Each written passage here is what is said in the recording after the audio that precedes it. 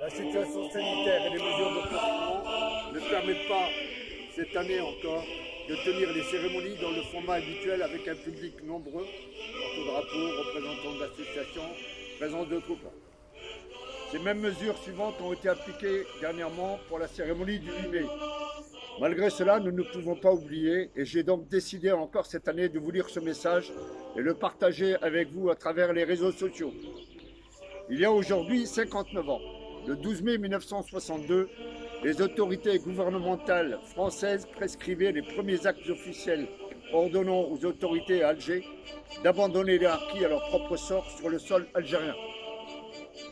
Le 12 mai 1962, le ministre des Armées, Pierre Messmer, édictait le premier télégramme à l'attention des autorités françaises à Alger. Paris, 12 mai 1962. Il me revient que plusieurs groupes d'anciens harkis seraient récemment arrivés en métropole. Top.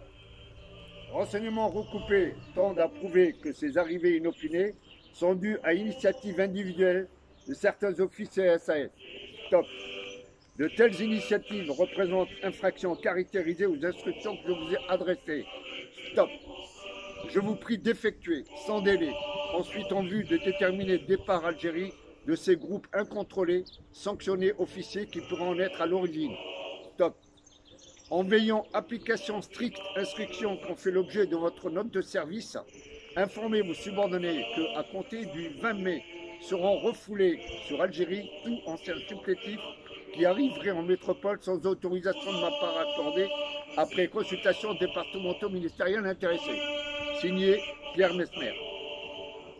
Dès fin 62, une note de l'armée parlait de 150 000 morts parmi les harkis et aussi hélas de leurs familles, femmes, enfants, vieillards, nourrissons et de toute personne ayant de près ou de loin été aux côtés de la France pendant cette guerre.